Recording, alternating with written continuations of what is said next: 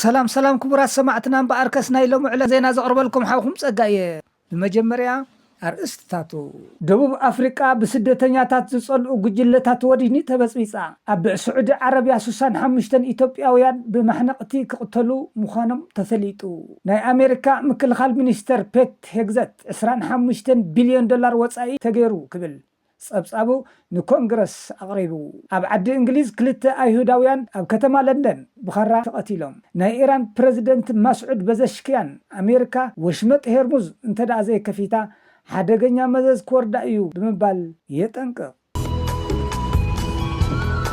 زينا بزرزر أبدو أفريقيا بسدتنياتات زصلو جلتات وديني تبصيصا أبدو أفريقيا كاب زحلفه كلتا 3 عمتات جميرو ولع طف اندابله بزتفرالي اسمات زصوعو جلتات سدتنياتات صلاتي زخونو ودينيتات سدتنياتات بطيت بمدبدابن تكالاتهم بمورارن بمقصالن ندبو أفريقيا ناي سدتنياتات سيل غيرهم زصنحو ايام حجي دما كاب تمال علت 19 ورح 4 26 جميرو هندبت تولع معبل مقذفتن سدتنياتات كساب حجي تفليطو كم زلو 7 إثيوبياويان بطيت تدبديوم كم زموتون بفلاي اتم 3 ابيت مغبي اتيوم ابز مغبلو زنبرو نابيت مغبي اتيوم طيايت بمزناب اسقق بزخونه اقاتاتلا كم زقتلوم يصبصب الله بزي مسرت ابدبو افريقيا كل سدتنيا تكالاتو زلوو تكالاتو نمعلتات نشوعت معلتات عصيو تكالات زيبل دما منقسقاسو قديبون تطنققو نخنقسقسن منግስት ደቡብ አፍሪካ አጠንቅቁ አሎ ኣብ ደቡብ አፍሪካ ካብ 60 ሚሊዮን ህዝባ እቲ 300 ስደተኛ ኮይኑ ካብ ጎረባብቶም ዝኾነ ሃገራት አፍሪካ ዝመጹን ኣብ ቅድሚት ዝስርዑ ካብ ዚምባብዌ ዝተሰደዱ ኮይኖም ካብ ኢትዮጵያ ካብ ጋና ናይጄሪያን ካልኦት ሃገራትን አፍሪካን ዝመጹ እዮም እዞም ኣብ ደቡብ አፍሪካ ግፍዒ ዝወርዶም ዘሎ ስደተኛታት ደቅተን ኣብ ግዜ ጸልማት ናይ ደቡብ አፍሪካውያን ዘመነ አፓርታይድ ቃልሲ ዝሓገዝዎምን ንቃልሲ ናይቲ ጅግና አቦኦም ፕሬዚደንት ኔልሰን ማንዴላ ዝዓለማን ዘዕጠቃን ሚስጥር ቃልሶም ዝዓቀባን ዝተሓባበራን ሃገራት እዮም ብዙሓት ተንተንቲ ፖለቲካ ከም ዝብልዎ ዘለው ጉጅለታት ወዲን ደቡብ አፍሪካ ጥልመት ኣብ ልዕሊ ሓጋዚኦም ህዝቢ አፍሪካ ይፍጽሙ ከም ዘለው ይገልጹ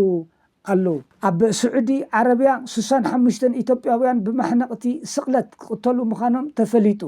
እዞም 65 ኢትዮጵያውያን ኣብ ግዜ ኩናት ሰሜን ኢትዮጵያ ናብ ስዑዲያ ከም ዝኣተውን ክሶም ድማ ሓሽሽ ከም ዝሸጡን ከም ዝጥቀሙን ዝብል ከም ዝኾነ ተፈሊጡ እንተኾነ ግን እዞም ስደተኛታት እዚኣቶም ጫት ዳኣ እምበር ሓሽሽ ከም ዘይኮነ ዝሸጥዎ ዝነበሩ ዝብሉ ኣለው ስዑዲ ዓረብያ ጫት እውን እንተኾነ ዝኽልክል ሕጊ ከም ዘለዋ እዩ ዝፍለጥ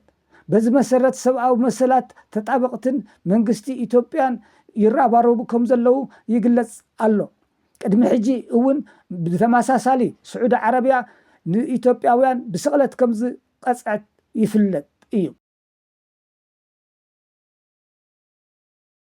ናይ አሜሪካ ምክልኻል ሚኒስተር ፔት ሄግዘት ንኮንግረስ አሜሪካ ኣብ ዘቕረቦ ጸብጻብ ወጻኢ ገንዘብ ኣብ ኩናት ኢራንን አሜሪካን 25 ቢልዮን ዶላር ከም ዝወደአ ገሊጹ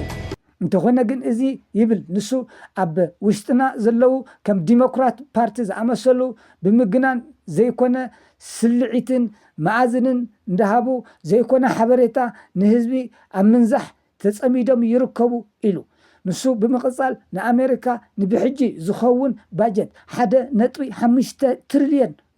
ንኽጸድቀሉ ሓቲቱ ክብላ ማዕከና ዜና ዓለም ጸብጺበን ኣብ ዓዲ እንግሊዝ ክልተ ኣይሁዳውያን ብኸራ ከም ዝተቀተሉ ተፈሊጡ እዞም ኣይሁዳውያን ዝተቀተሉ ኣብ ከተማ ለንደን ኮይኑ በዚ መሰረት ድማ መንግስቲ እንግሊዝ ንድሕነት ሓለዋ ኣይሁዳውያን ኣብ ዓዲ እንግሊዝ ብዝብል ገዚፍ ባጀት ከም ዝሰልዐ ተፈሊጡ ቅድሚ ሕጂ ኣብ ዝሓለፈ ወርሒ እውን ኣብ ከተማ ማንቸስተር ተመሳሳሊ ሓደ ኣይሁድ ከም ዝተቀተለ ይፍለጥ ናይ ኢራን ፕሬዝደንት መስዑድ በዘሽኪያን አሜሪካ ወሽመጥ ሄርሙዝ እንተዳኣ ዘይከፊታ ሓደገኛ መዘዝ ክወርዳ እዩ ክብል አጠንቂቁ ወሽመጥ ሄርሙዝ ብሰሜን ወገን ብኢራን ዝተዓፀወ ክኸውን ከሎ እቲ ብደቡብ እውን ዘሎ እውን ብአሜሪካ ዝተዓፀወ